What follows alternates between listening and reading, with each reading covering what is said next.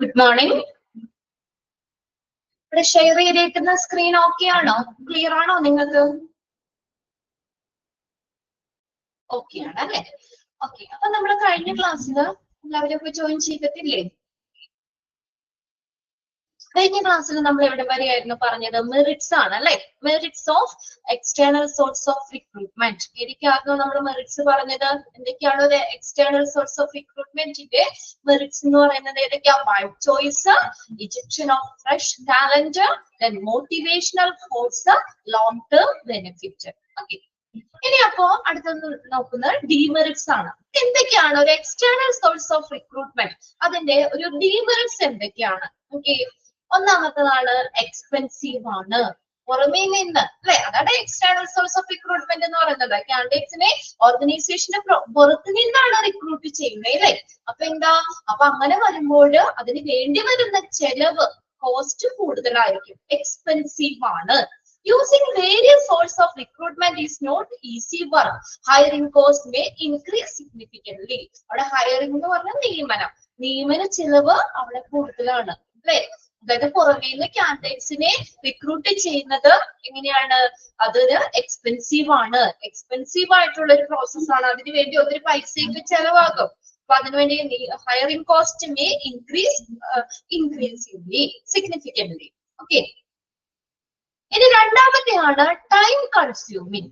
Time കൂടുതൽ സമയം വേണ്ടി വരുമെന്ന് അല്ലെ? ഓർഗനൈസേഷന്റെ അടുത്തുനിന്നാണ് പെട്ടെന്ന് നമുക്ക് എടുക്കാലോ. ഇത് ഓർഗനൈസേഷന് പുറത്ത് നിന്ന് ഇപ്പൊ നമ്മൾ അഡ്വർടൈസ്മെന്റ് ആണെങ്കിൽ കൊടുത്ത് നമ്മളത് എന്താ റിക്രൂട്ട്മെന്റ് പ്രോസസ് നടത്തുക എന്ന് പറയുന്നത് ചെലവ് കൂടുതലാന്ന് പറഞ്ഞു ആദ്യം. രണ്ടാമത്തെ എന്താ? കൂടുതൽ സമയവും വേണ്ടി വരുമെന്ന്. Advertising, screening, testing and selecting the right employee is a time-consuming process. അല്ലെ? അതിന് വേണ്ടിയിട്ടുള്ള അഡ്വർടൈസ്മെന്റ്, ജോബ് വേക്കൻസിനെ കുറിച്ച് അറിയിക്കണ്ടേ? പിന്നെ അതുപോലെ screening, testing, selecting the right employee is a time-consuming process. ഇത് വളരെയധികം സമയം എടുക്കുന്ന കാര്യമാണ്. The whole procedure needs to be repeated if the right candidate is not found. അല്ലെ? ശരിയായ കാൻഡിഡേറ്റ്സിനെ കണ്ടെത്തിയില്ലെങ്കിൽ ആ പ്രോസസ്സ് വീണ്ടും റിപ്പീറ്റ് ചെയ്യേണ്ടി വരും. ഇപ്പൊ ഫസ്റ്റ് റിക്രൂട്ട്മെന്റിൽ തന്നെ ചിലപ്പോ എന്താ അതിന്റെ ആപ്റ്റ് ആയിട്ടുള്ള സ്കിൽഡ് ആയിട്ടുള്ള ആപ്ലിക്കൻസിനെ നമുക്ക് ചിലപ്പോ കാൻഡിഡേറ്റ്സിന് കിട്ടിയെന്ന് വരില്ല. അപ്പൊ വീണ്ടും എന്താണ് ആ പ്രൊസീജിയർ അവിടെ റിപ്പീറ്റ് ചെയ്യേണ്ടി വരും. അപ്പൊ അങ്ങനെ വരുമ്പോഴെന്താ? കൂടുതൽ സമയം എടുക്കും അത്. രണ്ടാമത്തെ ക്ലിയർ ആയോ? The whole procedure need to be repeated if the right candidate is not found. ശരിയായ കാൻഡിഡേറ്റ്സിനെ കണ്ടെത്തിയില്ലെങ്കിൽ ആ പ്രോസസ്സ് വീണ്ടും ആവർത്തിക്കേണ്ടി വരും. അങ്ങനെ വരുമ്പോൾ സമയവും കൂടുതലാകും. അടുത്ത് നോക്കിയേ, demotivating. Present employees who have given a lot of time in service may oppose the process of recruiting vacancy from outside the organization. ആ ഒരു സ്ഥാപനത്തിൽ കുറെ നാളുകളായിട്ട്, കുറെ വർഷങ്ങളായിട്ട് ജോലി ചെയ്യുന്നവരുണ്ടാവില്ലേ സർവീസില്? അപ്പൊ അങ്ങനെയുള്ളവർ എന്ത് ചെയ്യും? ഈ റിക്രൂട്ട്മെന്റ്, നമ്മൾ എക്സ്റ്റേണൽ സോഴ്സ് ഓഫ് റിക്രൂട്ട്മെന്റിനെ ഓർഗനൈസേഷൻ ഡിപ്പെൻഡ് ചെയ്യുമ്പോൾ അവർ അതിനെ എന്ത് ചെയ്യുന്നു? അപ്പൊ അവർക്ക് അതിനെ ഒപ്പോസ് ചെയ്യും. ഒപ്പോസ് ചെയ്യാന്ന് വെച്ചാൽ എന്താ? എതിർക്കുക. അപ്പൊ അതിനെ അവര് എതിർക്കും. എന്താ? ഇത്രയും വർഷം സീനിയർ ആയിട്ടുള്ള ഒരു കമ്പനിയിലുണ്ടല്ലോ, അപ്പൊ ആ പോസ്റ്റിലേക്ക് അവരിൽ നിന്ന് തന്നെ സെലക്ട് ചെയ്താൽ പോരെ? പുറമേ നിന്നൊരു നമ്മള് എന്താ എക്സ്റ്റേണൽ സോഴ്സ് ഓഫ് റിക്രൂട്ട്മെന്റിന്റെ അവിടെ നമ്മള് ആശ്രയിക്കേണ്ട. അപ്പൊ അവരെന്ത് ചെയ്യും? അപ്പൊ അങ്ങനെ പുറത്തു നിന്ന് കാൻഡിഡേറ്റ്സിനെ എടുക്കുമ്പോൾ ആ കമ്പനിയിൽ കുറെ നാള് വർക്ക് ചെയ്യുന്നവര് ആ ഒരു റിക്രൂട്ട്മെന്റിനെ എന്ത് ചെയ്യുന്നു? അവര് അത് എതിർക്കും, ഒപ്പോസ് ചെയ്യും. The feeling that their service has not been valued by the organization demotivate them. അല്ലെ? അപ്പൊ അവർക്കൊരു ഫീലിംഗ് വരും, ഓ ഞങ്ങൾ ഇത്രയും വർഷമായിട്ട് സർവീസ് ഉള്ളവരാണല്ലോ, അപ്പൊ ഞങ്ങള് കൺസിഡർ ചെയ്തില്ലല്ലോ, ഞങ്ങൾക്കൊരു വാല്യൂം ഇല്ലല്ലോ. അത് അവരെ ഡീമോട്ടിവേറ്റ് ചെയ്യും. അല്ലെ? ഒരു എന്താണ്, അവർക്ക് പിന്നെ ചെയ്യാനുള്ള വർക്ക് ചെയ്യാനും ഇതിനൊക്കെ ഉള്ള ആ ഒരു ഇതിനെ ഡിമോട്ടിവേറ്റ് ചെയ്യും. And they start losing interest in performing the job. അതിന്റെ ഫലമായിട്ട് അവര് എന്താ? ജോലിയിലുള്ള താല്പര്യം നഷ്ടപ്പെടാം. അവ നമുക്ക് ചിന്തിച്ചൂടെ, ഓ ഞങ്ങൾ ഇപ്പൊ ഞാനൊരു 10 വർഷമായിട്ട് അവിടെ വർക്ക് ചെയ്യുന്നതാണ്, പക്ഷെ ആ ഒരു പുതിയ പോസ്റ്റ് വന്നപ്പോ എന്നെ അതിലേക്ക് സെലക്ട് ചെയ്തില്ലല്ലോ അല്ലെ? അപ്പൊ നമുക്കൊരു ഡിമോട്ടിവേഷൻ ആണ് അത്. അപ്പൊ ഞാൻ ഇനിയിപ്പോ എന്തിനാ ഇങ്ങനെ ഇത്രയും വർക്ക് ചെയ്യുന്നത്, അല്ലെ? അപ്പൊ അങ്ങനെ വരുമ്പോൾ എന്താ, അവർക്ക് ആ ജോലിയിലുള്ള താല്പര്യം നഷ്ടപ്പെടാം. And they start losing interest in performing the job. ആ ജോലി ചെയ്യുന്നതിലുള്ള താല്പര്യം അവർക്ക് നഷ്ടപ്പെടാം. അപ്പൊ എന്താണ് ഇവിടെ പ്രസന്റ് എംപ്ലോയിനെ ഡിമോട്ടിവേറ്റ് ചെയ്യും. ഡിമോട്ടിവേറ്റ് ചെയ്യാന്ന് വെച്ചാൽ എന്താ, നിരുത്സാഹപ്പെടുത്തും. ക്ലിയർ അല്ലേ പറയുന്നത്? ഡിമോട്ടിവേറ്റ് ചെയ്യും. ഇനി അടുത്തതാണ് അൺസർട്ടനിറ്റി. അൺസർട്ടനിറ്റി എന്ന് പറഞ്ഞാൽ എന്താ, അനിശ്ചിതത്വം. എന്താ, there is uncertainty that the organization will be able to hire the right candidates. ശരിയായ കാൻഡിഡേറ്റ്സിനെ നിയമിക്കുന്നതിന് ഓർഗനൈസേഷന് അനിശ്ചിതത്വം സംഭവിക്കാം.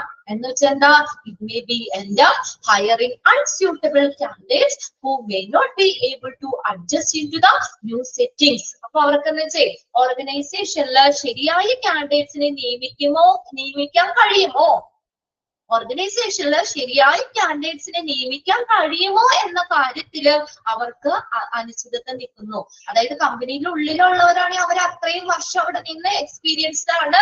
അപ്പൊ അവർക്ക് എന്താ പറയാ, ആ ഒരു പോസ്റ്റിലേക്ക് അവർ ആപ്റ്റ് ആയിരിക്കും. എന്നാൽ പുറമേ നിന്ന് പുതിയ കാൻഡിഡേറ്റ്സ് വരുമ്പോൾ അവർക്ക് എന്താ പറയാ, ആ ഓർഗനൈസേഷന് തന്നെ ആ ശരിയായ കാൻഡിഡേറ്റ്സിനെ നിയമിക്കാൻ പറ്റുമോ എന്നൊരു കാര്യത്തില് അനിശ്ചിതത്വം സംഭവിക്കാം. Then it may end up hiring unsuitable candidates. അപ്പൊ അത് അവസാനം എന്തിലേക്ക് നയിക്കും, അനുയോജ്യമല്ലാത്ത കാൻഡിഡേറ്റ്സിനെ അല്ലെങ്കിൽ പുതിയ സെറ്റിംഗ്സിൽ അവിടേക്ക് അഡ്ജസ്റ്റ് ചെയ്യാൻ കഴിവില്ലാത്ത അല്ലെങ്കിൽ അൺസ്യൂട്ടബിൾ ആയിട്ടുള്ള കാൻഡിഡേറ്റ്സിനെ നിയമിക്കുന്നതിലേക്ക് നയിക്കും.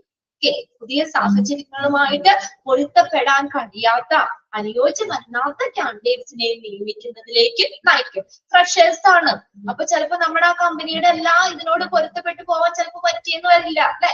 അപ്പൊ അങ്ങനെ അതിന് അനുയോജ്യമല്ലാത്ത കാൻഡിഡേറ്റ്സിനെ നിയമിക്കുന്നതിലേക്ക് ആ കമ്പനീനെ നയിക്കാം. അപ്പൊ ഇങ്ങനെ 4 കാര്യങ്ങളാണ് എക്സാമിന് ചോദിക്കാറുണ്ട് കേട്ടോ. ഡിമെറിറ്റ്സ് ഓഫ് എക്സ്റ്റേണൽ സോഴ്സസ് ഏതൊക്കെയാണ് ഡിമെറിറ്റ്സിൽ ഇൻക്ലൂഡ് ചെയ്യുന്നത്?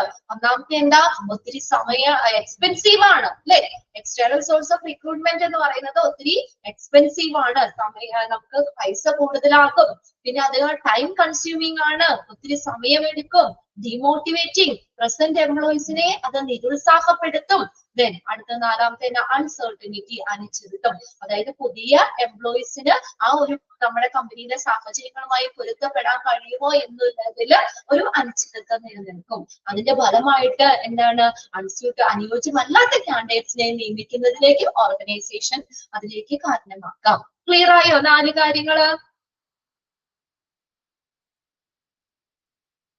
പോയിന്റ് മാത്രം പഠിച്ചാൽ മതിയോ? പോയിന്റ്സ് അതിൽ ഇൻക്ലൂഡ് ചെയ്യണത് ഏത്, ഇൻക്ലൂഡ് ചെയ്യാത്തത് ഏതെന്ന് ചോദിക്കുമ്പോ അത് നോക്കാം. പിന്നെ അടുത്തത് ആ സെക്കൻഡ് പോയിന്റ് ഇല്ല, ടൈം കൺസ്യൂമിംഗിലെ ഫസ്റ്റ് സെന്റൻസ് ഒന്ന് അണ്ടർലൈൻ ചെയ്തിട്ടോ കേട്ടോ.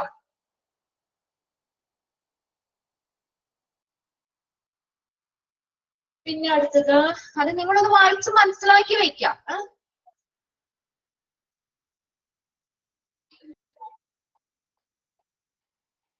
പിന്നെ അതിനകത്ത് സെക്കൻഡ് പോയിന്റ് ഒന്ന് നോട്ട് ചെയ്തോ. ഈ സർവീസിൽ കുറെ നാളുകൾ നിൽക്കുന്നവരെ ഒപ്പോസ് ചെയ്യാം എന്നുള്ളത്, ആ ഒരു പ്രോസസ്സിനെ എതിർക്കാം. ഔട്ട്സൈഡിൽ നിന്നുള്ള എക്സ്റ്റേണൽ സോഴ്സ് ഓഫ് റിക്രൂട്ട്മെന്റിനെ അവരെ എതിർക്കാം. അപ്പൊ അങ്ങനെ അവരെ ഡിമോട്ടിവേറ്റ് ചെയ്യുന്നു. അതിന്റെ ഫലമായിട്ട് അവർക്ക് ജോലിയിൽ താല്പര്യം നഷ്ടപ്പെടാം. ഓക്കെ, ഇനി അടുത്തത് ഇമ്പോർട്ടൻസ്. എന്തൊക്കെയാണ് റിക്രൂട്ട്മെന്റിന്റെ പ്രാധാന്യം എന്തൊക്കെയാണെന്ന് നോക്കിയേ. ഒന്നാമത് determine present and future requirements. ഇപ്പൊ കമ്പനിയിലെ നിലവിലുള്ളതും ഭാവിയിലേക്കുമുള്ളതുമായിട്ടുള്ള ആവശ്യകതകളെ നിർണ്ണയിക്കാൻ സഹായിക്കും റിക്രൂട്ട്മെന്റ്, അല്ലെ? അപ്പൊ അതായത് എപ്പോഴും കമ്പനിയിൽ എന്താ, ഇപ്പൊ നിലവിൽ വേക്കൻസികൾ ഉണ്ടാവാം, അല്ലെങ്കിൽ ഇനി ഫ്യൂച്ചറിലേക്ക് വേക്കൻസി വരാം. അപ്പൊ ആ വേക്കൻസി ഫില്ല് ചെയ്യുന്നത് ഏതിലൂടെയാണ്? പ്രോപ്പർ ആയിട്ടുള്ള റിക്രൂട്ട്മെന്റിലൂടെ. It involves identifying and preparing potential job applicants for the higher job position. ഇതിനകത്ത് ഉൾപ്പെടുന്ന ഏതൊക്കെയാ? ഐഡന്റിഫൈ ചെയ്യുന്നു, അവരെ തിരിച്ചറിയുന്നു, പ്രിപ്പയർ ചെയ്യുന്നു.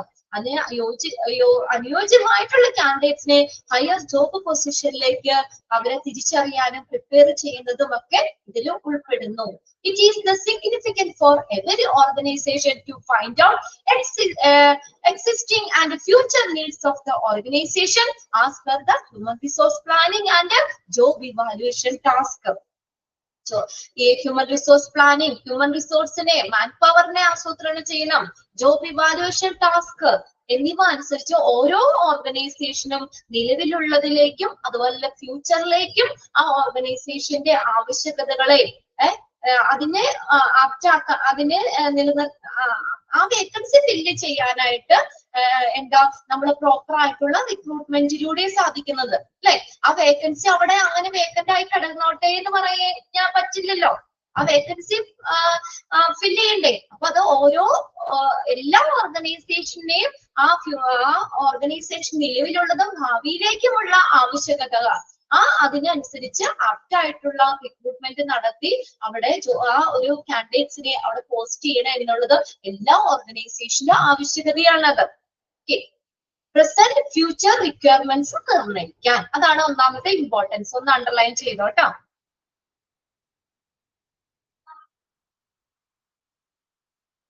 Create and increase application pool. Application pool എന്ന് പറഞ്ഞാൽ എന്താ?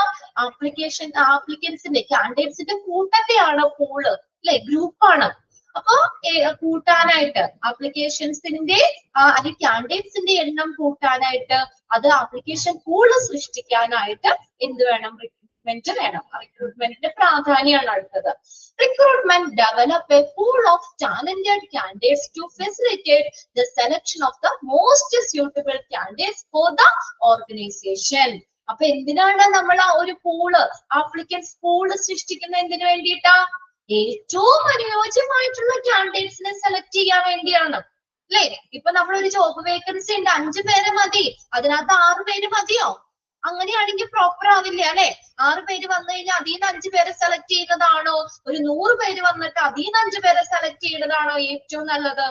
100 പേരിൽ നിന്ന് 5 പേരെന്ന് പറഞ്ഞാൽ ഭയങ്കര ബ്രില്യന്റ് ആയിട്ടുള്ളവരായിരിക്കും അല്ലെ. അപ്പൊ എപ്പോഴും കമ്പനി ആഗ്രഹിക്കുന്നത് എന്താണ്? കൂടുതൽ ആപ്ലിക്കൻസിന്റെ പൂൾ ഉണ്ടാവണം അല്ലെ, കൂടുതൽ കാൻഡിഡേറ്റ്സ് ഉണ്ടാവണം. എന്നാലാണ് അതിൽ നിന്ന് അവർക്ക് ഏറ്റവും അനുയോജ്യമായിട്ടുള്ളവരെ സെലക്ട് ചെയ്യാൻ പറ്റുള്ളൂ. ഒന്നാമത്തെ സെന്റൻസ് ഒന്ന് അണ്ടർലൈൻ ചെയ്തിട്ടോട്ടാ. Recruitment develop a pool of talented candidates. ഒരു കാൻഡിഡേറ്റ്സിന്റെ ഒരു കൂട്ടം അതെന്തിനുള്ള സൗകര്യം ഒരുക്കുന്നു? Facilitate the selection of the most suitable candidates for the organization. ആ ഒരു ഓർഗനൈസേഷനിൽ ഏറ്റവും അനുയോജ്യമായിട്ടുള്ള കാൻഡിഡേറ്റ്സിനെ സെലക്ട് ചെയ്യാനുള്ള സൗകര്യം ഒരുക്കുന്നു. എന്താണ്? ആപ്ലിക്കൻസിന്റെ പൂള് കൂടുക എന്നുള്ളത്. Then it helps to gather an appropriate number of acceptable applicants for each job position at a minimum cost. ഇനി ഇത് എന്തിനും കൂടി സഹായിക്കുന്നു? It helps to gather ചെയ്യാന്ന് വെച്ചാൽ ശേഖരിക്കുക. കുറഞ്ഞ ചെലവില് ഓരോ ജോബ് പൊസിഷനും സ്വീകാര്യമായിട്ടുള്ള കാൻഡിഡേറ്റ്സിന്റെ നമ്പർ ക്രമീകരിക്കാനും ഇത് സഹായിക്കുന്നു. അത്രയും കാൻഡിഡേറ്റ്സ് വേണ്ടേ? ഇപ്പൊ 10 വേക്കൻസി ഉണ്ടെങ്കിൽ 10 പേരെ തന്നെ നമ്മൾ സെലക്ട് ചെയ്യണം അല്ലെ. അത്രയും എണ്ണം, gather an appropriate number of acceptable applicants. ഉണ്ടോ? അനുയോജ്യമായിട്ടുള്ള എണ്ണം, അത്രയും ആ കാൻഡിഡേറ്റ്സിന്റെ എണ്ണം അതിന് ഗ്യാദർ ചെയ്യാനും ഇത് സഹായിക്കുന്നു. ആ ആപ്ലിക്കൻസ് പൂള് ഹെൽപ്പ് ചെയ്യുന്നു. It has been observed that the worth of the selection to the organization rises with the increase in the pool of potential candidates. Last sentence underline ചെയ്തിട്ടേ. worth എന്ന് പറഞ്ഞാ ആ ഒരു എന്താ പറഞ്ഞേക്കുന്ന ഓർഗനൈസേഷന്റെ മൂല്യം കൂടുന്നു. എങ്ങനെയാ കൂടുന്ന? എങ്ങനെയാ? the increase in the pool of the potential candidates. ആ അനുയോജ്യമായിട്ടുള്ള ആ ജോലിക്ക് ആപ്റ്റ് ആയിട്ടുള്ള കാൻഡിഡേറ്റ്സിന്റെ എണ്ണം കൂടുന്നത് ആ സെലക്ഷന്റെ മൂല്യം കൂടുന്നു. ശരിയല്ലേ? സെലക്ഷന്റെ മൂല്യം കൂടുന്നെങ്കിൽ കുറെ പേര് വേണ്ടേ? കുറച്ച് പേരാണെങ്കിൽ അത്രയും ആ സെലക്ഷൻ അത്രയും ഇതാന്ന് പറയാൻ പറ്റില്ല. എന്നൊരു 50 പേരിൽ നിന്ന് 5 പേരെ സെലക്ട് ചെയ്യാന്നെങ്കിൽ ആ സെലക്ഷന്റെ മൂല്യം കൂടൂലേ? ഏറ്റവും അനുയോജ്യമായിട്ടുള്ള 5 പേരെയല്ലേ എടുക്കുള്ളൂ. 50 പേരിൽ നിന്ന് 5 പേരെ സെലക്ട് ചെയ്യുന്നതും 6 പേരിൽ നിന്ന് 5 പേരെ സെലക്ട് ചെയ്യുന്നതും വ്യത്യാസമില്ലേ? ഉണ്ടായില്ലയോ? അപ്പൊ ആപ്ലിക്കൻസിന്റെ ആ എണ്ണം കൂടുന്നത്, ആ ആപ്ലിക്കൻസ് കൂടുമ്പോൾ സെലക്ഷന്റെ മൂല്യം വർദ്ധിക്കുന്നു. ഒന്ന് അണ്ടർലൈൻ ചെയ്തോട്ടെ. അത് last sentence. It has been observed that the worth of the selection to organization rises. ഉയരും, സെലക്ഷന്റെ മൂല്യം ഉയരും.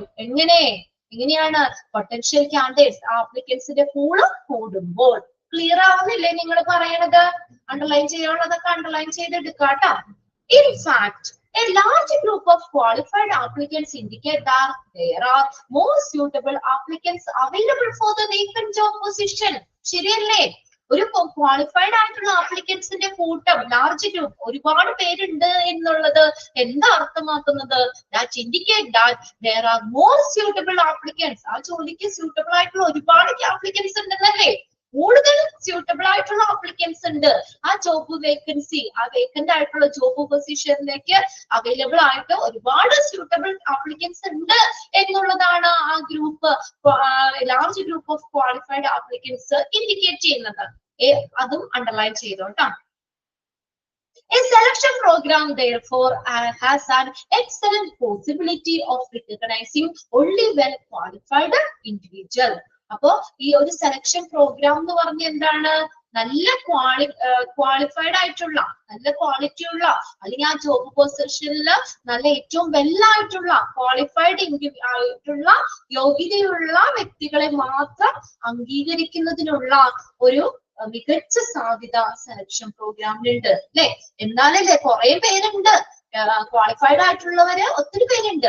പക്ഷെ അതിൽ നിന്ന് നമുക്ക് അത്രയും പേര് മതി. ഇപ്പൊ 2 പേരെയാണെങ്കിൽ 2 പേര് മതി. അപ്പൊ അതെന്താണ്? അത് ഈ സെലക്ഷൻ പ്രോഗ്രാമിന് അങ്ങനെ വരുമ്പോൾ ഒരു സാധ്യതയുണ്ട്. എന്തുണ്ട്? ഏറ്റവും വെൽ ക്വാളിഫൈഡ് ആയിട്ടുള്ള ഇൻഡിവിജ്വലിനെ റിക്കഗ്നൈസ് ചെയ്യാനുള്ള ഒരു സാധ്യതയുണ്ട്. അപ്പൊ അതിന് ഏറ്റവും അനുയോജ്യമായിട്ടുള്ളവരെ അവർ സെലക്ട് ചെയ്യുള്ളൂ. On the other hand, മറ്റൊരു വിധത്തിൽ പറയുകയാണെങ്കിൽ, if the recruitment program attract a smaller number of applicants in comparison to number of available positions, then the situation of repeating entire recruitment process may appear. അല്ലെങ്കിൽ നമുക്ക് മറ്റൊരു രീതിയിൽ പറയാം, കുറച്ച് ആപ്ലിക്കൻസേ ഉള്ളൂ. Recruitment program attract a small number of applicants. കുറച്ച് പേരെ വന്നിട്ടുള്ളൂ കേട്ടോ. അതായത് 5 പേര് നമുക്ക് വേണം, പക്ഷെ 10 പേരെ വന്നിട്ടുള്ളൂ. അതായത് നമ്പർ ഓഫ് ആപ്ലിക്കൻസ് അവിടെ കുറവാണ്. ഏതിനെ കമ്പയർ ചെയ്യുമ്പോൾ? Comparison to the number of available position. അവിടെ ലഭ്യമായിട്ടുള്ള പൊസിഷൻ 5 പൊസിഷൻ വേക്കന്റ് ആണ് അവിടെ. പക്ഷെ നമ്മൾ ആപ്ലിക്കൻസിന്റെ എണ്ണം കുറവേ ഉള്ളൂ, 10 പേരെ വന്നിട്ടുള്ളൂ. അങ്ങനെ വരുമ്പോൾ എന്ത് ചെയ്യും? Then a situation of repeating the entire recruitment process may be occur. ചിലപ്പോ ആ 10 പേരെയുമേ നമുക്ക് 5 പേരെ ചിലപ്പോ സെലക്ട് ചെയ്യാൻ പറ്റില്ലാതെ വരാം ഇല്ലേ? 5-10 പേരെ ആകെ വന്നിട്ടുള്ളൂ. അവിടെ സ്മോളർ നമ്പർ ഓഫ് ആപ്ലിക്കൻസ് ആണ്. അതിൽ നിന്ന് 5 പേരെ സെലക്ട് ചെയ്യാന്ന് പറഞ്ഞ ഇച്ചിരി ബുദ്ധിമുട്ടുള്ള കാര്യമാണ് അല്ലെ?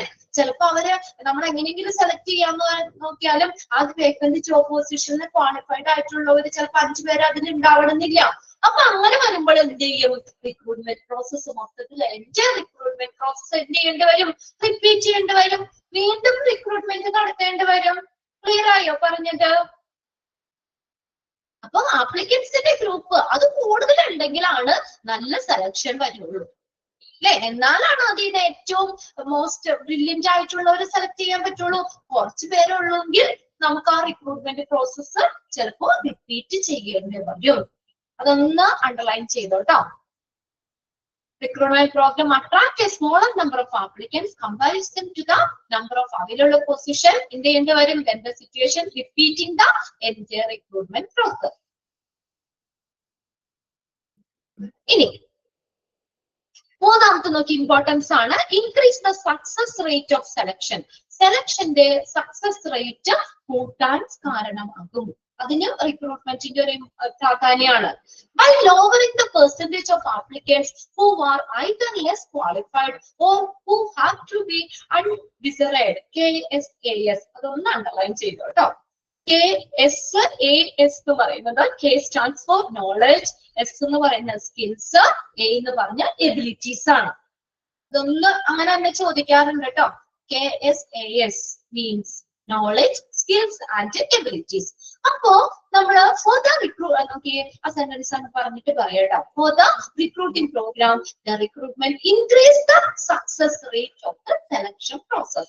ഫസ്റ്റ് സെന്റൻസ് അവിടെ അണ്ടർലൈൻ ചെയ്തിട്ടോ സെലക്ഷൻ പ്രോസസ് വരെ. അതായത് ആപ്ലിക്കൻസിന്റെ ക്വാളിഫിക്കേഷൻലെസ് ക്വാളിഫൈഡ് ആയിട്ടുള്ള കാൻഡിഡേറ്റ്സിന്റെ പെർസെന്റേജ് കുറവാണ്. മനസ്സിലായോ? ലെസ് ക്വാളിഫൈഡ് ആയിട്ടുള്ള അല്ലെങ്കിൽ ഡിസറൈഡ് എന്ന് പറഞ്ഞാൽ അഭികാമ്യമല്ലാത്ത അങ്ങനെയുള്ള ആപ്ലിക്കൻസ് കുറവാണ്. അവരുടെ പെർസെന്റേജ് കുറവാണെന്ന് പറഞ്ഞാൽ എന്താണ് അവിടെ മീൻ ചെയ്യുന്നത്? Recruitment increase the success rate of selection process.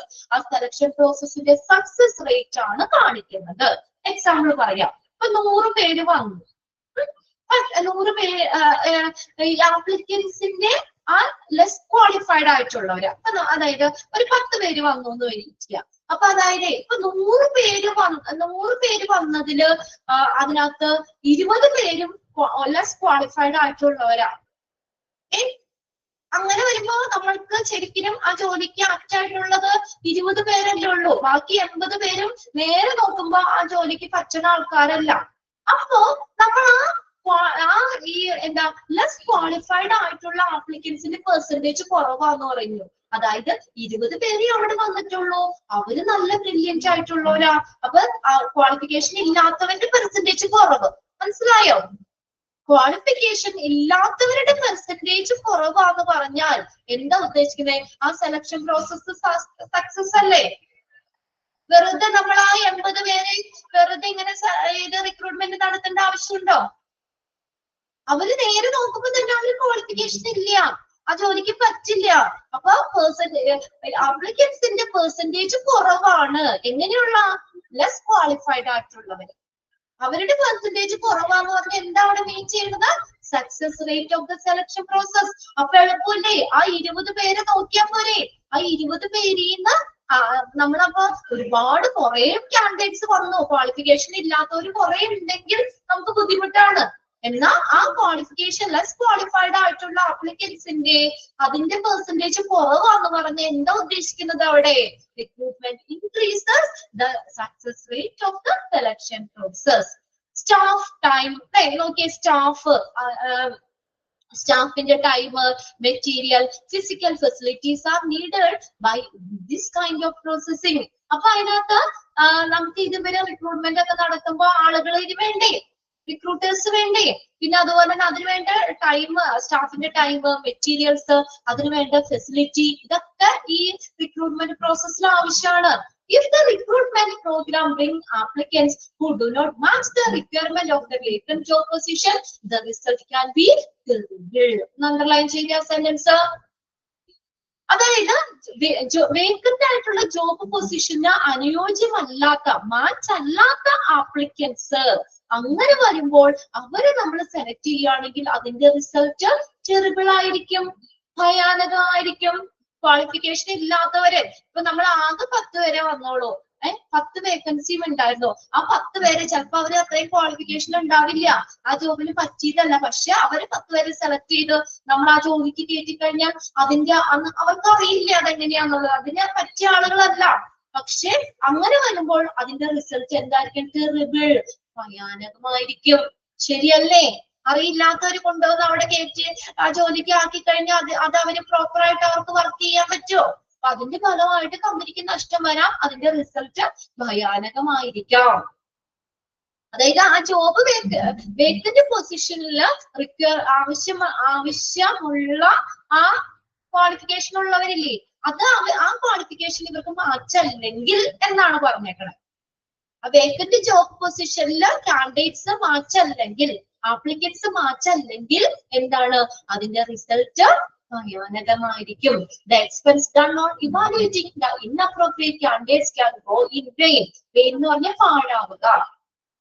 അപ്പൊ ഈ അനുയോജ്യമല്ലാത്ത കാൻഡിഡേറ്റ്സിനെ ഇവാലുവേറ്റ് ചെയ്യുമ്പോൾ വരുന്ന എക്സ്പെൻസ് പാഴാവൂലേ?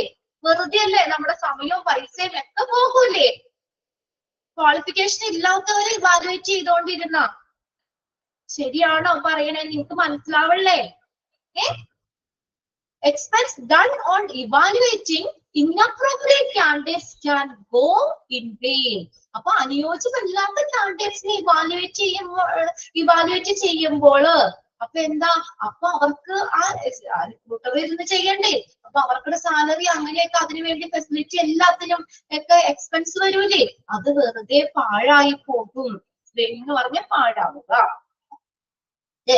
അടുത്ത നോക്കിയേ, moreover the extra time required for determining human resource recruitment and the selection increases the organization expense very well. Okay, അപ്പൊ അതുപോലെ തന്നെ ആവശ്യത്തിന് സ്കില്ലായിട്ടുള്ള നമുക്ക് ഇവിടെ പറഞ്ഞേക്ക് നോക്കിയേ, എക്സ്പെൻസ് വർദ്ധിക്കുന്നു എന്നാണ്. എക്സ്പെൻസ് വർദ്ധിക്കുന്നു, മോർ അവർ, അതിലുപരിയായിട്ട് എക്സ്ട്രാ ടൈം വേണം. ഇപ്പൊ എക്സ്പെൻസിന്റെ കാര്യം മാത്രമല്ലേ നമ്മൾ പറഞ്ഞത്, എക്സ്പെൻസ് കൂടുതലാവെന്ന് പറഞ്ഞു. ഇനി അതുപോലെ തന്നെ ടൈമും വേണ്ടേ, അവർക്ക് വേണ്ടി കുറെ സമയം ചിലപ്പോ നമ്മൾ വെറുതെ പാഴാക്കി കളയാം. അവരെ ക്വാളിഫിക്കേഷൻ ഇല്ലാത്തവരെയാണ്, പക്ഷെ അവര് ഇവാലുവേറ്റ് ചെയ്തുകൊണ്ടിരിക്കുമ്പോൾ അതിന് വേണ്ടി വരുന്ന ടൈമും extra time, moreover the extra time required for determining human resource recruitment and the selection increase the organizational expense. അപ്പൊ അങ്ങനെ വരുമ്പോൾ എന്താണ്, അവർക്ക് വേണ്ടി വരുന്ന സമയം, ആ സെലക്ഷൻ, നമ്മള് കൂടുതൽ കാൻഡിഡേറ്റ്സിനെയൊക്കെ, അനുയോജ്യമല്ലാത്ത കാൻഡിഡേറ്റ്സിനെ ഇവാലുവേറ്റ് ചെയ്യാൻ എടുക്കുന്ന ടൈം, അതിന് വേണ്ടി വരുന്ന ചെലവ്, ഇതൊക്കെ ഓർഗനൈസേഷന്റെ എക്സ്പെൻസ് കൂടാൻ കാരണമാകും. Okay, increase the success rate of selection. സെലക്ഷന്റെ സക്സസ് റേറ്റ് ഇൻക്രീസ് ചെയ്യണമെങ്കിൽ ക്വാളിഫിക്കേഷൻ ലെസ് ക്വാളിഫൈഡ് ആയിട്ടുള്ള ആപ്ലിക്കൻസിന്റെ പെർസെന്റേജ് കുറയ്ക്കണം. കണ്ടോ, ക്വാളിഫിക്കേഷന് ഇല്ലാത്ത ആളുകളുടെ ആ പെർസെന്റേജ് കുറയ്ക്കുമ്പോൾ എന്താണ്, സെലക്ഷൻ പ്രോസസ്സിൻ സക്സസ് ആവും, വർദ്ധിക്കും, ആ വിജയം വർദ്ധിക്കും. Increase the success rate of selection program. First sentence അവിടെ അണ്ടർലൈൻ ചെയ്തിടുക. പിന്നെ, if the recruitment program bring applicants who do not match the requirement of the vacant job position, the result can be terrible. അതും underline ചെയ്തിടുക.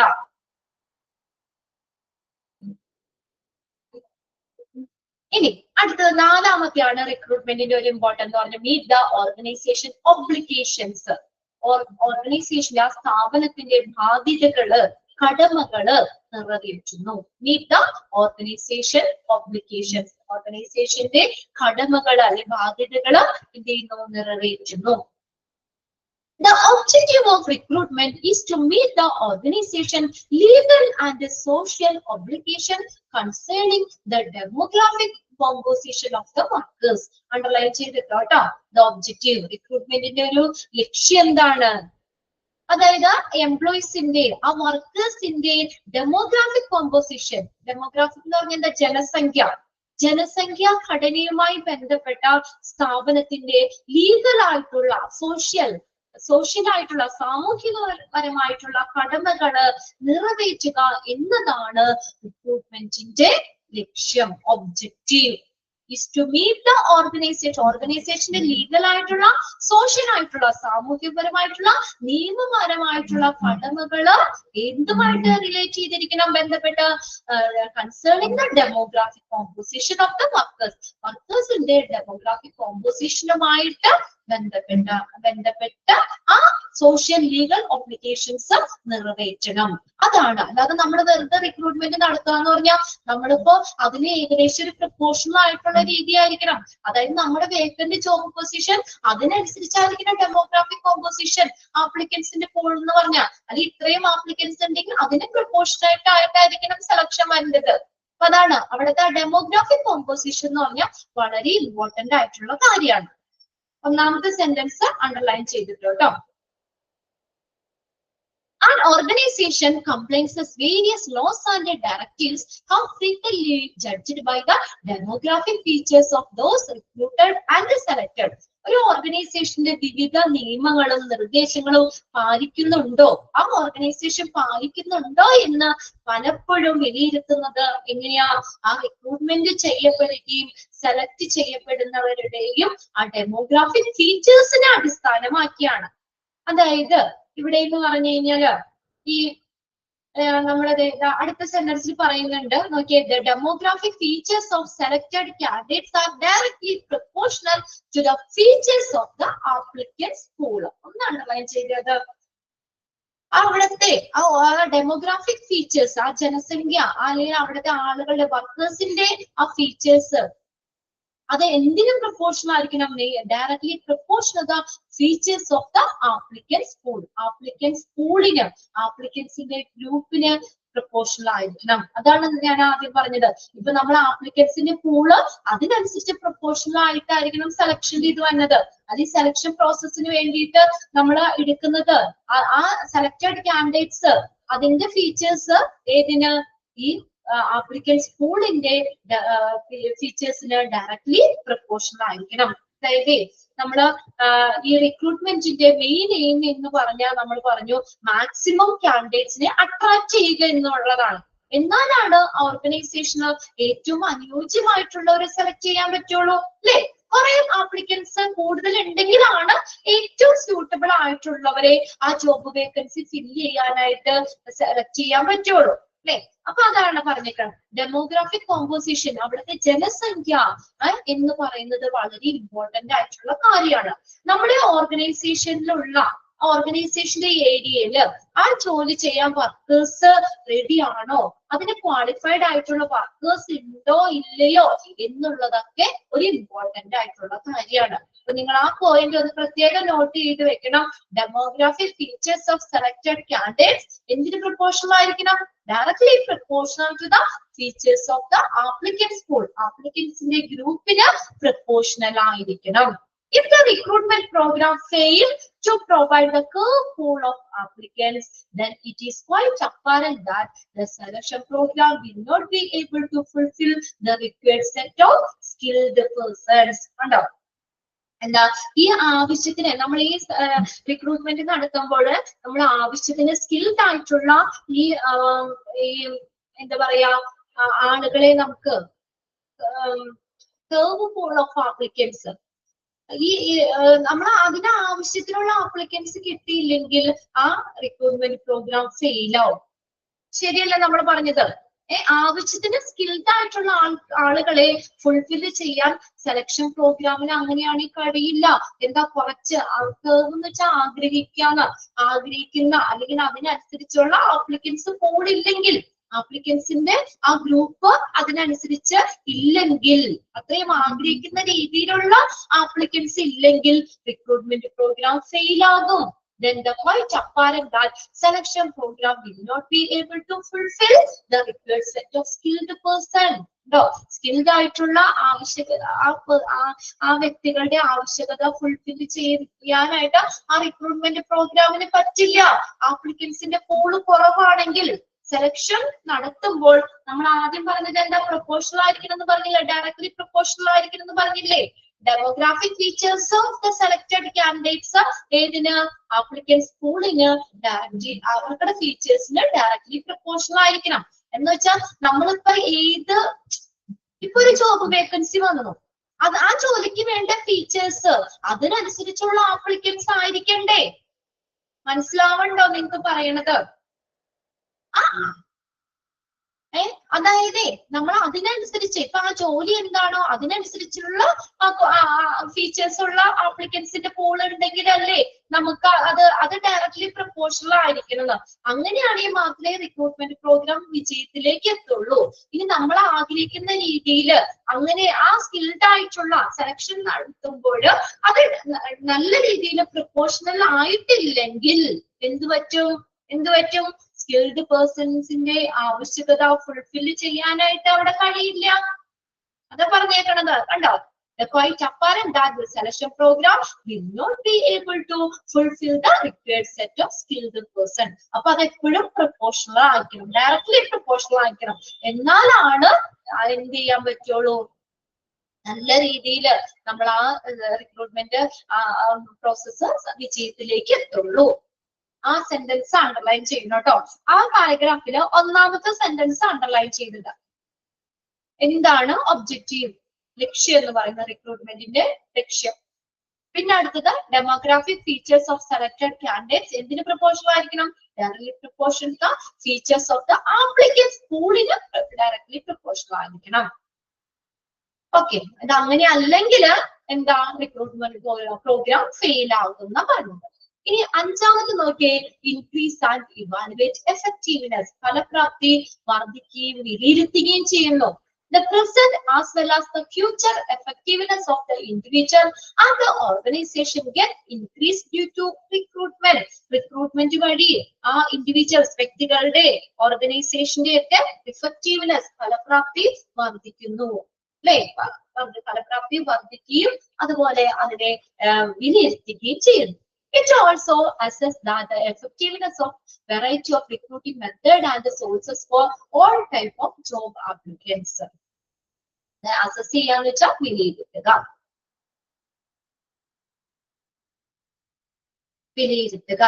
It also assesses the effectiveness of variety of recruiting method. ആ പലതരത്തിലുള്ള recruiting methodന്റെ ഫലപ്രാപ്തി വിലയിരുത്തുന്ന and the sources. ആ പലതരത്തിലുള്ള recruitment സോഴ്സുകൾ ഉണ്ടല്ലോ, അതിന്റെ മെത്തേഡ്, അതിന്റെ ഫലപ്രാപ്തി വിലയിരുത്തുന്നത് എന്തിനു വേണ്ടി? For all type of the job applicants. എല്ലാ തരത്തിലുള്ള ജോബ് ആപ്ലിക്കൻസിന് വേണ്ടിയിട്ട് ആ റിക്രൂട്ടിംഗ് മെത്തേഡിന്റെ സോഴ്സിന്റെ ഇഫക്റ്റീവ്നെസ് വിലയിരുത്തേണ്ടത് ആവശ്യമാണ്. വിലയിരുത്തുന്നതിലൂടെ പറ്റുന്നു. ഇനി അടുത്തതാണ് reduce turn over. Turn over എന്ന് പറഞ്ഞാൽ എന്താ? കൊഴിഞ്ഞു പോവുക, ജോലിയിൽ നിന്ന് പിരിഞ്ഞു പോവുക, കൊഴിഞ്ഞു പോവുക എന്നൊക്കെ ഉള്ളത്. ആ ടേൺ ഓവർ കുറയ്ക്കാനും പറ്റും. ഒരു പ്രോപ്പർ ആയിട്ടുള്ള റിക്രൂട്ട്മെന്റ് പ്രോസസ്സിലൂടെ കാൻഡിഡേറ്റ്സിനെ നമ്മൾ സെലക്ട് ചെയ്യുകയാണെങ്കിൽ അവര് ജോലി കയറി കഴിയുമ്പോൾ അത് അവര് പിന്നെ പിരിഞ്ഞു പോകുന്നത്, ഒരു ദിവസം വർക്ക് ചെയ്തു 2 ദിവസം ഒരാഴ്ച നിന്ന് കൊഴിഞ്ഞു പോകുന്നത് കുറയ്ക്കാനും പറ്റും. Once they're recruited and selected, the recruitment process minimizes the chances that job applicants will quit the organization in the initial phase of the placement. പ്ലേസ്മെന്റിന്റെ ആദ്യത്തെ ഘട്ടത്തിൽ തന്നെ എന്താണ് ഓർഗനൈസേഷനിൽ ഫിറ്റ് ചെയ്ത് പോകുന്നത്, അതിനുള്ള ചാൻസ് കുറയ്ക്കുന്നു. ഏത്? ഒരു പ്രോപ്പർ ആയിട്ടുള്ള റിക്രൂട്ട്മെന്റ് പ്രോസസ്സിലൂടെ. അപ്പൊ നല്ലൊരു റിക്രൂട്ട്മെന്റ് പ്രോസസ്സിലൂടെ നമ്മൾ സെലക്ട് ചെയ്യുകയാണെങ്കിൽ നമ്മൾ ആ ജോലി കയറിയതിനു ശേഷം എന്താ അതിൽ നിന്ന് പൊഴിഞ്ഞു പോകുന്നത് തടയുന്നു.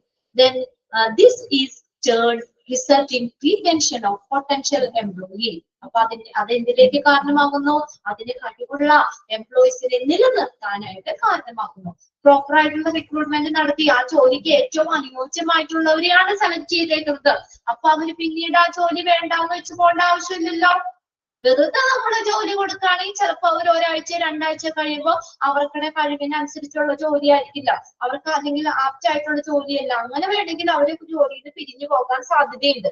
പക്ഷെ നമ്മൾ പ്രോപ്പർ ആയിട്ടുള്ള റിക്രൂട്ട്മെന്റ് പ്രോസസ്സിലൂടെ കാൻഡിഡേറ്റ്സിനെ സെലക്ട് ചെയ്ത് കഴിയുമ്പോൾ അവരെന്താണ് ആ ജോലിയിൽ നിന്ന് പൊഴിഞ്ഞു പോകാനുള്ള സാധ്യതയെ കുറയ്ക്കുന്നു. അതൊന്ന് അണ്ടർലൈൻ ചെയ്തോ കേട്ടോ. പ്ലേസ്മെന്റ് വരെ അണ്ടർലൈൻ ചെയ്തില്ല.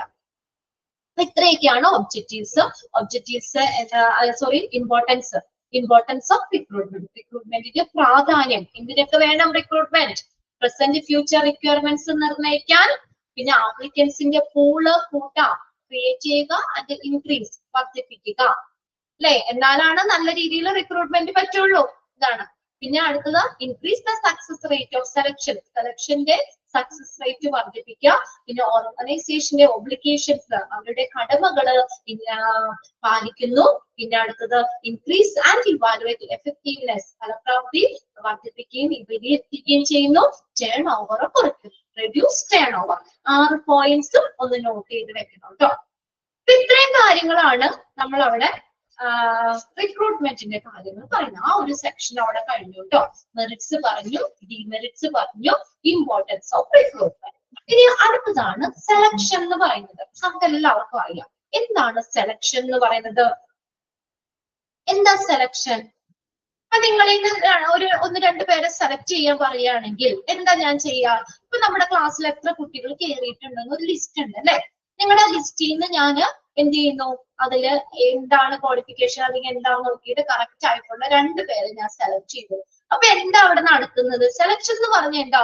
ഒരു ലിസ്റ്റ് ഓഫ് ജോബ് ആപ്ലിക്കൻസിൽ നിന്ന് ആ ജോലിക്ക് അനുയോജ്യമായിട്ടുള്ള നോളജ് ഉള്ള, സ്കില്ലുള്ള അല്ലെ ആ ആളുകളെ സെലക്ട് ചെയ്യുന്ന പ്രോസസ്സിനാണ് സെലക്ഷൻ എന്ന് പറയുന്നത്. ഫസ്റ്റ് സെന്റൻസ് നോക്കിയേ.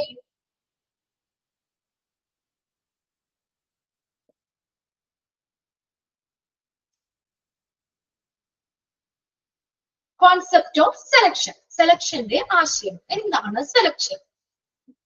Selection refers to a process in which individuals are selected from the list of job applicants possessing the required knowledge and the skills for the job to be performed in an organization. എന്താ പറഞ്ഞേക്കുന്നത്? ഒരു organisation, ഒരു സ്ഥാപനം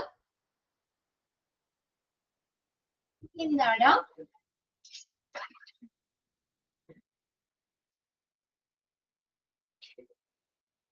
എന്താണ് അന്നേരം നമ്മൾ ആദ്യം ഒന്ന് പറഞ്ഞായിരുന്നല്ലേ? ആ ഓക്കെ, കോൺസെപ്റ്റ് ആണ് കേട്ടോ പറയുന്നേ. എന്തെങ്കിലും ഡൗട്ട് ഉണ്ടോ? മിൽറോസ് മാം ഇവിടെ തുടങ്ങിയാണോ എടുത്തത്? സെലക്ഷൻ മുതലാണല്ലേ മിൽറോസ് മാം എടുത്തത്. ഓക്കെ, അപ്പൊ നമുക്ക് അടുത്തത് ഇനി എവിടെ നിന്നാ തുടങ്ങണ്ടേ? മിൽറോസ് മാമ എവിടം വരെ എത്തി? സെലക്ഷൻ സെലക്ഷൻ മുതൽ എടുത്തല്ലേ? അപ്പൊ നമ്മുടെ ആ ഒരു സെക്ഷൻ നമ്മൾ റിക്രൂട്ട്മെന്റ് വരെ നമ്മൾ അവിടെ ഞാൻ കംപ്ലീറ്റ് ചെയ്തു. ഇനി സെലക്ഷൻ മുതൽ മിൽറോസ് മാമ എടുത്തു. എവിടം വരെ എത്തി മിസ്? എവിടം വരെ എത്തി?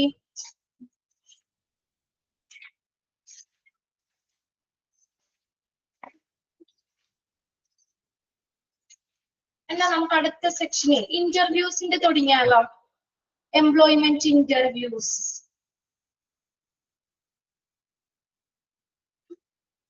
ഫാക്ടേഴ്സ് വരെയാണോ സെലക്ഷന്റെ എടുത്ത? ഒബ്ജക്റ്റീവ് കഴിഞ്ഞു, ഫാക്ടേഴ്സ് വരെയാണോ? ഫാക്ടർ അഫക്റ്റിംഗ് സെലക്ഷൻ വരെയാണോ മിസ് എടുത്തത്? Yes, okay.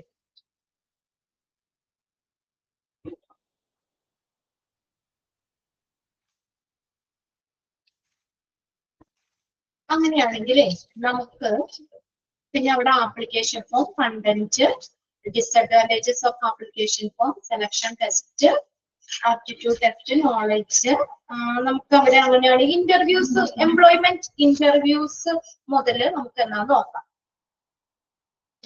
ഓക്കെ, പിന്നെ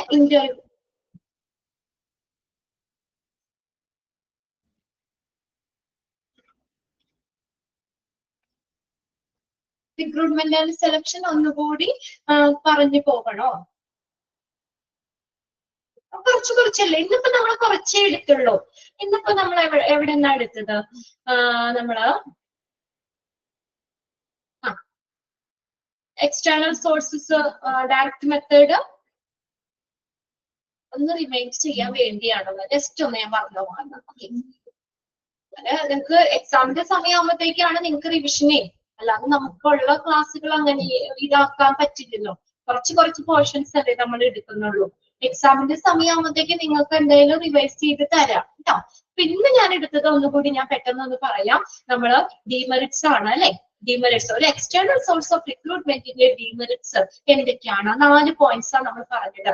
എക്സ്പെൻസീവ് ആണ്, ഒത്തിരി പൈസ വേണ്ടി വരും, ടൈം കൺസ്യൂമിംഗ് ആണ്, ഡിമോട്ടിവേറ്റ് ചെയ്യുന്നു, അൺസർട്ടനിറ്റി, അനിശ്ചിതം. കറക്റ്റ് ആ അനുയോജ്യമായിട്ടുള്ള കാൻഡിഡേറ്റ്സിനെ കിട്ടുന്നതിന് അനിശ്ചിതത്വം സംഭവിക്കാം. അപ്പൊ ചിലപ്പോ അൺസ്യൂട്ടബിൾ ആയിട്ടുള്ള കാൻഡിഡേറ്റ്സിനെ നിയമിക്കുന്നതിലേക്ക് അത് നയിക്കാം.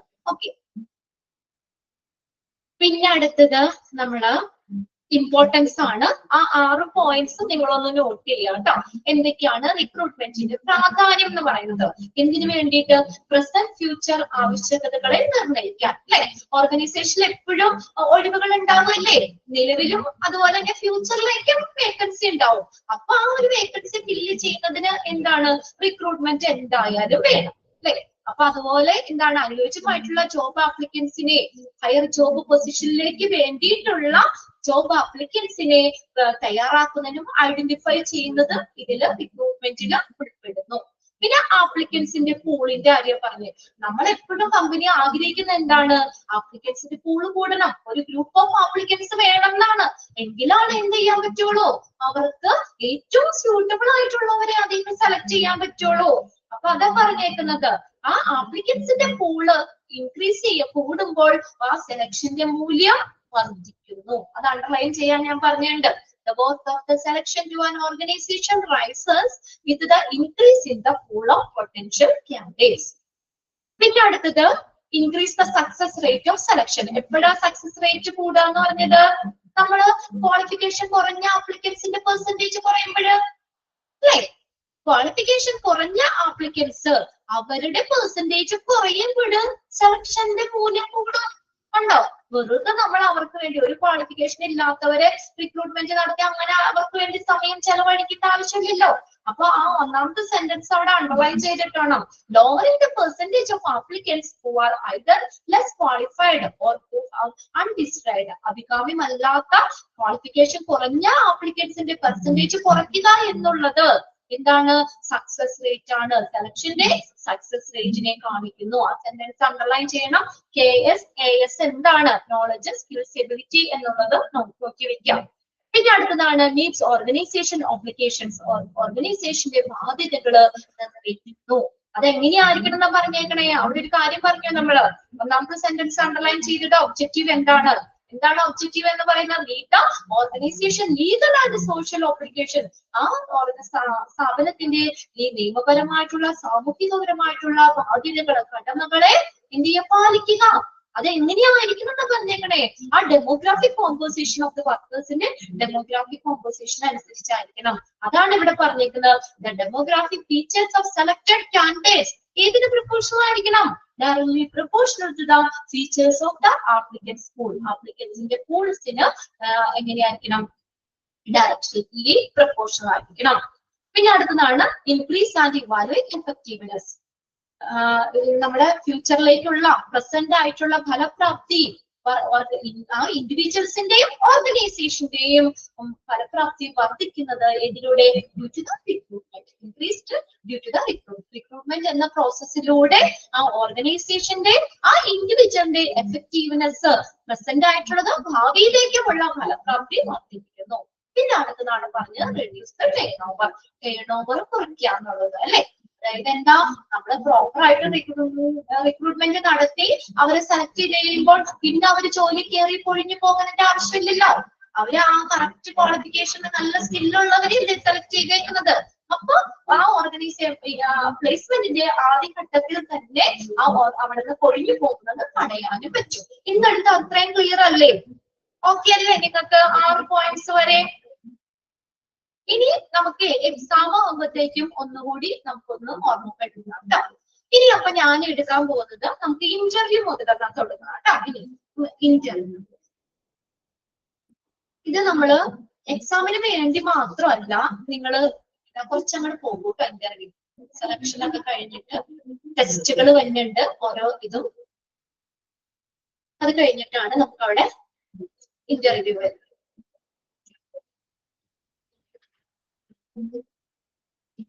സെലക്ഷൻ കഴിഞ്ഞ് നിങ്ങളുടെ പേജ് ഒന്ന് പറയോ?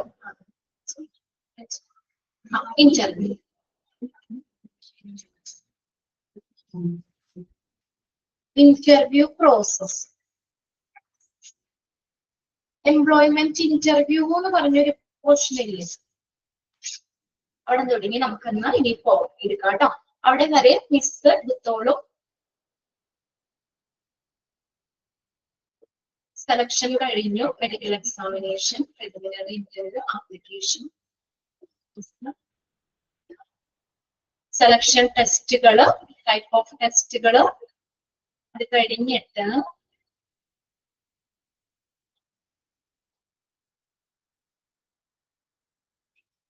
Employment interviews.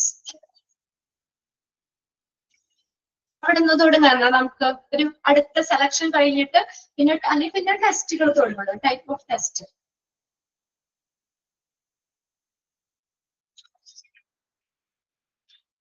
അതാണോ? അവിടെ വേണ്ട. എംപ്ലോയ്മെന്റ് ഇന്റർവ്യൂ മുതൽ തുടങ്ങാം. മിസ്സിനോട് പറഞ്ഞേനെ കേട്ടോ, ഇനി ഞാൻ എംപ്ലോയ്മെന്റ് ഇന്റർവ്യൂ മുതൽ തുടങ്ങിയെന്നുള്ളത് കേട്ടോ. ഓക്കെ അല്ലേ? നിങ്ങളുടെ ടെക്സ്റ്റിൽ പേജ് നമ്പർ ഒന്ന് ഷെയർ ചെയ്ത് കൊടുത്തേ, എത്രയാണെന്ന് പറഞ്ഞേ എടുത്തോര്.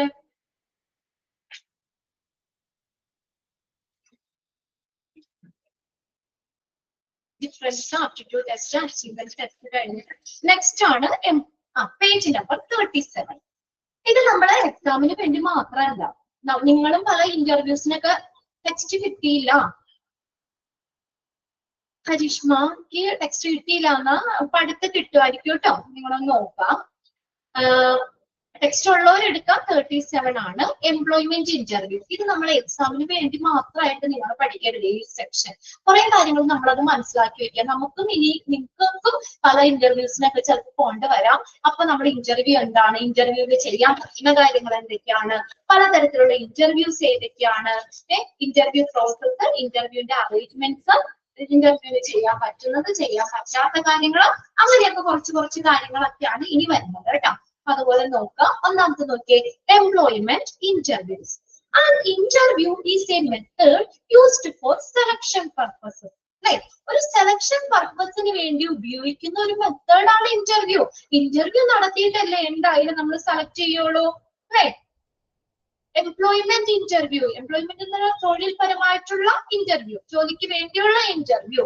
ഇന്റർവ്യൂ എന്ന് പറഞ്ഞാൽ എന്താണ്? Is a method used for selection purposes. Selection പർപ്പസിന് വേണ്ടി ഉപയോഗിക്കുന്ന ഒരു മെത്തേഡ് ആണ് ഏത്? ഇന്റർവ്യൂ എന്ന് പറയുന്നത്. which allows an employer to view the overall personality of an individual. which allows an employer to view the overall personality of an individual. ഒരു എംപ്ലോയറിന്റെ overall personality എന്താണ് അതിനകത്ത് ഇവാലുവേറ്റ് ചെയ്യാണ്. Individual freely evaluate his behaviour അല്ലെ? ഇന്റർവ്യൂയിലൂടെ എങ്ങനെയാ? ഇന്റർവ്യൂയിലൂടെ എന്താ? Personal ആയിട്ടുള്ള അല്ലെ അവരുടെ ബിഹേവിയർ എങ്ങനെയാ? നമ്മളോട് ക്വസ്റ്റ്യൻസ് ഒക്കെ ചോദിക്കും അല്ലെ? ക്വസ്റ്റ്യൻസ് ചോദിക്കില്ലേ? View the overall personality of an individual and freely evaluate his behaviour. അവന്റെ സ്വഭാവവും ഇവാലുവേറ്റ് ചെയ്യുന്നു അല്ലെ? പേഴ്സണാലിറ്റി, മൊത്തത്തിലുള്ള പേഴ്സണാലിറ്റി എന്താണ് അറിയുന്നതിനും ഇന്റർവ്യൂ അനുവദിക്കുന്നു. അല്ലെങ്കിൽ അലോ ചെയ്യാൻ വെച്ചാൽ അനുവദിക്കാം. വിച്ച് അലോ ആൻ എംപ്ലോയർ, ആർക്ക്? എംപ്ലോയറിന് അല്ലെ? എംപ്ലോയറിന്, ഒരു തൊഴിലുടമയ്ക്ക് ആ കാൻഡിഡേറ്റ്സ് എങ്ങനെയാണ്, കാൻഡിഡേറ്റ്സിന്റെ മൊത്തത്തിലുള്ള പേഴ്സണാലിറ്റി എന്താണ്, ബിഹേവിയർ എന്തൊക്കെയാണ് എന്നുള്ളത് ഇവാലുവേറ്റ് ചെയ്യാൻ കാണുന്നത് പിന്നെ ഏത്? ഇന്റർവ്യൂ സഹായിക്കുന്നു. ഒന്ന് അണ്ടർലൈൻ ചെയ്തോട്ടെ ആ സെന്റൻസ്.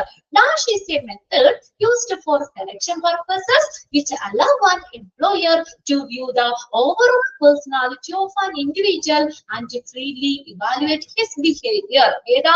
ഏത് മെത്തേഡാണ്? ഇന്റർവ്യൂ. അണ്ടർലൈൻ ചെയ്യാം. Interview is a mode of making face to face contact. എന്താ? ഫേസ് ടു ഫേസ് അല്ലെ? ഫേസ് ടു ഫേസ് കോണ്ടാക്ട് ആണ്. ഇപ്പൊ ഡയറക്റ്റ് നമ്മള് ഇന്റർവ്യൂവർ നമ്മളോട് ക്വസ്റ്റ്യൻസ് ചോദിക്കുകയാണ് അല്ലെ? എന്തിനു വേണ്ടി? in order to acquire basic idea about the personality of an applicant, identify his intelligence, span of interest and general attitude towards the life. എന്നീ കാര്യങ്ങള് ആപ്ലിക്കൻസിന്റെ എന്തൊക്കെ കാര്യങ്ങളാ? പേഴ്സണാലിറ്റി അല്ലെ? വ്യക്തിത്വം എങ്ങനെയാണ്, ആപ്ലിക്കൻസ് പേഴ്സണാലിറ്റിനെ കുറിച്ച് ഒരു ബേസിക് ഐഡിയ അക്വയർ ചെയ്യുന്നതിന്. പിന്നെ ഐഡന്റിഫൈ ഹിസ് ഇന്റലിജൻസ്, അവന്റെ ബുദ്ധിശക്തി എങ്ങനെയാണ്. ഇപ്പൊ നമ്മൾ ആ ജോലിയിലേക്ക് കയറി കഴിഞ്ഞാൽ ആ ജോലി ചെയ്യാനാണ് ബുദ്ധി ഉണ്ടോ എന്നൊക്കെ അറിയണ്ടേ അല്ലെ? അവന്റെ ബുദ്ധിശക്തി ഐഡന്റിഫൈ ചെയ്യുന്നതിന്. സ്പാൻ ഓഫ് ഇൻട്രസ്റ്റ് ഉള്ള മേഖല ഏതാണ്? താല്പര്യം. എന്നേക്കും ടെക്സ്റ്റ് കിട്ടിയില്ലേ? നിങ്ങളൊന്ന് ഇവിടെ നിന്ന് കോണ്ടാക്ട് ചെയ്ത് നോക്കട്ടെ. ഒന്ന് ടെക്സ്റ്റ് ഒത്തിരി വൈകോ വേഗം കിട്ടുമോ എന്നുള്ളതൊന്ന് അന്വേഷിക്കുക കേട്ടോ. ഒത്തിരി പേർക്ക് ഇനി ടെക്സ്റ്റ് കിട്ടാനുണ്ടോ? ഒന്ന് നിങ്ങളൊന്ന് നിങ്ങൾക്ക് നമ്പറുള്ള ഇതിലൊന്ന് കോണ്ടാക്ട് ചെയ്ത് നോക്കട്ടോ. And general attitude towards the life, ലൈഫിനോടുള്ള ഒരു മനോഭാവം അല്ലെ? ഇതെല്ലാരും എന്താ? ഇതിനെ കുറിച്ചൊക്കെ ഒരു ഐഡിയ, ഒരു ബേസിക് ഐഡിയ അക്വയർ ചെയ്യുന്നതിന് ഇന്റർവ്യൂ ഹെൽപ്പ് ചെയ്യും. ചിലപ്പോ ഇന്റർവ്യൂവർ നമ്മളോട് ക്വസ്റ്റ്യൻസ് ചോദിക്കല്ലേ ഇന്റർവ്യൂവിന്, അല്ലെ? നമ്മുടെ കരിയറുമായിട്ട് ബന്ധപ്പെട്ട് നമ്മുടെ എഡ്യൂക്കേഷൻ, നമ്മുടെ ഫാമിലി ബാക്ക്ഗ്രൗണ്ട്, അതൊക്കെ നമ്മളുണ്ട് കേട്ടോ. ഇന്റർവ്യൂവിൽ എന്തൊക്കെ കാര്യങ്ങളാണ് നിങ്ങൾക്കുള്ളതൊക്കെ ഡീറ്റെയിൽ ആയിട്ട് തന്നെ നമുക്ക് ഈ ചാപ്റ്ററിൽ പഠിക്കാനുണ്ട്. അപ്പൊ എന്താ പറയാ, ഇന്റർവ്യൂ എന്ന് പറഞ്ഞാൽ it's a mode of making face to face contact ആണ്. എന്തിനു വേണ്ടിയിട്ടുള്ള കോണ്ടാക്ട്? എന്തിനു വേണ്ടി? ആ ആപ്ലിക്കൻസിന്റെ പേഴ്സണാലിറ്റി, ഇന്റലിജൻസ്, ഇൻട്രസ്റ്റ് ഉള്ള മേഖലകള്, ജനറൽ ആറ്റിറ്റ്യൂഡ്, ലൈഫിനോടുള്ള അവന്റെ മനോഭാവം, ഇതിനെ കുറിച്ചൊക്കെ ഒരു ബേസിക് ഐഡിയ അക്യൂർ ചെയ്യുന്നതിന് വേണ്ടിയുള്ള ഒരു ഫേസ് ടു ഫേസ് കോണ്ടാക്ട്, അതാണ് ഇന്റർവ്യൂ എന്ന് പറയുന്നത്. ആ രണ്ട് സെന്റൻസും അണ്ടർലൈൻ ചെയ്യാം കേട്ടോ. ഒന്നാമത്തെ എന്താ പറഞ്ഞത്? സെലക്ഷൻ മെത്തേഡിൽ ഉപയോഗിക്കുന്ന, സെലക്ഷൻ പ്രോസസ്സിൽ ഉപയോഗിക്കുന്ന ഒരു മെത്തേഡാണ് ഇന്റർവ്യൂ. നമ്മൾ വെറുതെ അവരെ സെലക്ട് ചെയ്തെടുക്കാൻ പറ്റുമോ? ഒരു വേക്കൻസി ഉണ്ട്, ഒരു ജോബ് വേക്കൻസി ഉണ്ട് ഇവിടെ. നിങ്ങളിൽ നിന്ന് ഒരാളെ ഞാൻ ഒരു പേര് നോക്കിയിട്ട് നിങ്ങൾ അതിലേക്ക് സെലക്ട് ചെയ്യാൻ പറ്റുമോ? ഇല്ല. അതിന് മുന്നേ, ആ സെലക്ഷന് മുന്നേ നമ്മൾ എന്താ, അവിടെ ഇന്റർവ്യൂ നടത്തണം, അല്ലെ? ഇന്റർവ്യൂ നടത്തിയിട്ട് ഞാൻ ക്വസ്റ്റ്യൻസ് ഒക്കെ ചോദിക്കും, അതൊക്കെ ഓക്കെ ആണ്, നിങ്ങളെല്ലാം ഓക്കെ ആണെങ്കിലാണ് നിങ്ങൾ അതിലേക്ക് സെലക്ട് ചെയ്യാൻ പറ്റുള്ളൂ. അപ്പൊ എന്താണ് ഇന്റർവ്യൂയുടെ? ഇതൊരു സെലക്ഷൻ പ്രോസസ്സിന് വേണ്ടി ഉപയോഗിക്കുന്ന ഒരു മെത്തേഡാണ് ഇന്റർവ്യൂ. അതെന്ത് ചെയ്യുന്നു? വിച്ച് അലൗസ് ആൻ എംപ്ലോയർ, എന്ത് ചെയ്യുന്നു? അനുവദിക്കുന്നു എംപ്ലോയറിന് to view the overall personality of the individual and freely evaluate his behaviour. ആ ഇൻഡിവിജ്വലിന്റെ മൊത്തത്തിലുള്ള പേഴ്സണാലിറ്റി, അവന്റെ ബിഹേവിയർ എങ്ങനെയാന്നൊക്കെ എംപ്ലോയറിന് അറിയാൻ വേണ്ടി, എംപ്ലോയറിന് വ്യൂ ചെയ്യാൻ, കാണുന്നതിന് വേണ്ടിയിട്ട് അനുവദിക്കുന്ന ഒരു സെലക്ഷൻ പ്രോസസ്സിൽ ഉപയോഗിക്കുന്ന ഒരു മെത്തേഡാണ് ഇന്റർവ്യൂ. രണ്ട് സെന്റൻസും അണ്ടർലൈൻ ചെയ്യണം കേട്ടോ. ഇനി ഇന്റർവ്യൂയിലൂടെ എന്തൊക്കെ നേടാൻ പറ്റുമെന്ന് പറഞ്ഞേക്കണേ? ആപ്ലിക്കൻസിന്റെ പേഴ്സണാലിറ്റിനെ കുറിച്ചൊരു ഐഡിയ കിട്ടും, അല്ലെ? Intelligence, span of interest, general attitude towards the life, അതിനെ കുറിച്ചൊക്കെ ഇന്റർവ്യൂവറിന് ഒരു ബേസിക് ഐഡിയ അക്യൂർ ചെയ്യുന്നതിന് വേണ്ടിയിട്ടുള്ള ഫേസ് ടു ഫേസ് കോണ്ടാക്ട്, ആ ഒരു mode of making face to face contact, അതാണ് ഇന്റർവ്യൂ എന്ന് പറയുന്നത്. ഇനി ഇവിടെ ഒരു ഡെഫിനിഷൻ ആണ് അക്കോർഡിംഗ് ടു സ്കോട്ട്. സ്കോട്ട് പറഞ്ഞിട്ടുള്ള ഒരു ഡെഫിനിഷൻ ആണ് കേട്ടോ. An interview is a purposeful exchange of ideas, the answering of questions and the communication between two or more persons. എന്താ ഇന്റർവ്യൂ എന്ന് പറയുന്നത്? ഡെഫിനിഷൻ പാർട്ട് ചെയ്യേണ്ടത് നിങ്ങൾ. അക്കോർഡിംഗ് ടു ഡാഷ്, ആര് പറഞ്ഞ ഡെഫിനിഷൻ ആണ്, അല്ലെങ്കിൽ dash is A purposeful exchange of ideas. Sentence അങ്ങനെ തരാം. എന്താ പറഞ്ഞേക്കുന്നത്? ഇന്റർവ്യൂ എന്ന് പറഞ്ഞ എന്താണ്? ഒരു ഉദ്ദേശപൂർവമായിട്ടുള്ള ഐഡിയകളുടെ എക്സ്ചേഞ്ച് ആണ്. വെറുതെ നടത്തുന്നതാണോ? എന്താ നമ്മുടെ ഉദ്ദേശം? ആ ജോലിയിലേക്ക് അവരെ സെലക്ട് ചെയ്യാൻ വേണ്ടിയാണ് നമ്മൾ ഇന്റർവ്യൂ നടത്തുന്നത്. അതാ പറഞ്ഞേക്കുന്നത്. ഇതൊരു പർപ്പസ്ഫുൾ എക്സ്ചേഞ്ച് ഓഫ് ഐഡിയാസ് ആണ്. എന്ത് ചെയ്യുന്നത്? The answering of questions and communication between two or more person. എന്താണ്? The answering of questions and communication between two or, രണ്ടോ അതിലധികമോ വ്യക്തികള്, two or more person. Interviewer ഉണ്ടാവും, കാൻഡിഡേറ്റ്സ് ഉണ്ടാവും. അവർ തമ്മിലുള്ള ക്വസ്റ്റ്യൻസ്, ഇന്റർവ്യൂവർ നമ്മളോട് ക്വസ്റ്റ്യൻ ചോദിക്കും, അല്ലെ? അതിന് നമ്മൾ ആൻസർ പറയണം. അത് തമ്മിലുള്ള ഒരു കമ്മ്യൂണിക്കേഷൻ ആണ്. ഒരു ഉദ്ദേശപൂർവമായിട്ടുള്ള ഐഡിയകള് എക്സ്ചേഞ്ച് ചെയ്യുക, എക്സ്ചേഞ്ച് ചെയ്യാവുന്ന ഉദ്ദേശത്തോടുകൂടെ എന്താണ്? ഒരു പർപ്പസ്ഫുൾ എക്സ്ചേഞ്ച് ഓഫ് ഐഡിയാസ് ആണ്. അവിടെ എന്ത് ചെയ്യുന്നു? കമ്മ്യൂണിക്കേറ്റ് ചെയ്യുന്നു. ടു ഓർ മോർ പേഴ്സൺ അവരുടെ ആശയം, ക്വസ്റ്റ്യൻസ് ചോദിക്കുന്നു, ആൻസർ പറയുന്നു. അതൊക്കെയാണ് ഇത് ഇന്റർവ്യൂ എന്ന് പറയുന്നത്. അതാണ് സ്പോട്ട് ഇന്റർവ്യൂവിന് കൊടുത്തിട്ടുള്ള definition. In simple words, okay, an interview can be described as an effort, ഒരു പരിശ്രമമാണ്. എന്തിന്?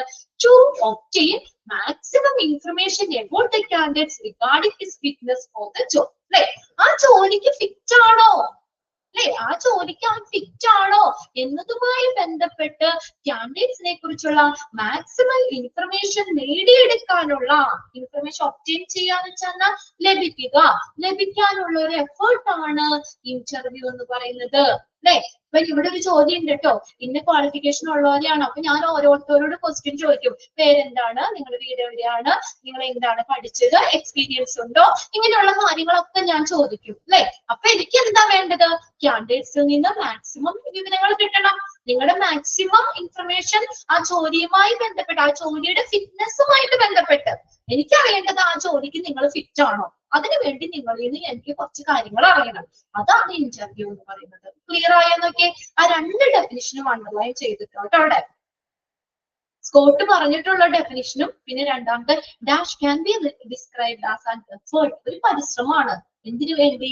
ഒരു മാക്സിമം ഇൻഫർമേഷൻ കാൻഡിഡേറ്റ്സിൽ നിന്ന് നേടാൻ. എന്തിനു വേണ്ടിയാണ് അത് നേടുന്നത്? ആ ജോലിക്ക് ഫിറ്റ്നസിന് വേണ്ടിയിട്ട്. ക്ലിയർ ആയോ രണ്ട് കാര്യങ്ങള്? ഓക്കെ, അപ്പൊ ഇത്രയും ഒന്ന് വായിച്ചു വെച്ചേക്കാം.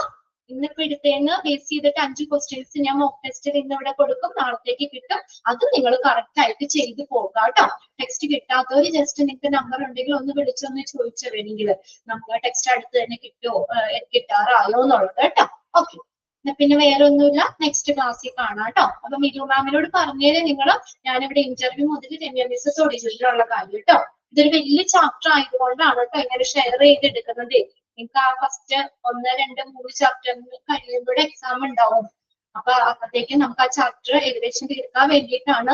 നിങ്ങൾ നോക്കിയിട്ടുണ്ടാവും അല്ലേ, ഏറ്റവും വലിയ ചാപ്റ്റർ ആണ് ഇത്, അതാണ് ഷെയർ ചെയ്തെടുക്കുന്നത്. ഒന്നുകൂടെ പറയോ നിങ്ങളെ മിലു മാം എവിടം വരെ എടുത്ത് നിർത്തിയെന്നുള്ളത് ഒന്ന് ക്ലിയർ ആയിട്ട് പറഞ്ഞു തരുമോ? സെലക്ഷന്റെ എവിടം വരെ എടുത്തേ? ഒരാളൊന്ന് മെസ്സേജ് ചെയ്തോ. ഫാക്ടർ അസിസ്റ്റിംഗ് സെലക്ഷൻ ആണോ? അത് കഴിഞ്ഞു എന്നാണ് പറഞ്ഞത്. യെസ്, അതിന്റെ കഴിഞ്ഞു അല്ലേ? ഫാക്ടർ ഔട്ട്കം എടുത്തിട്ടില്ല, ഔട്ട്കം ഓഫ് സെലക്ഷൻ ഡിസിഷൻ എടുത്തിട്ടില്ല. ഫാക്ടേഴ്സ് വരെയാണ് മിസ് എടുത്തത് അല്ലേ?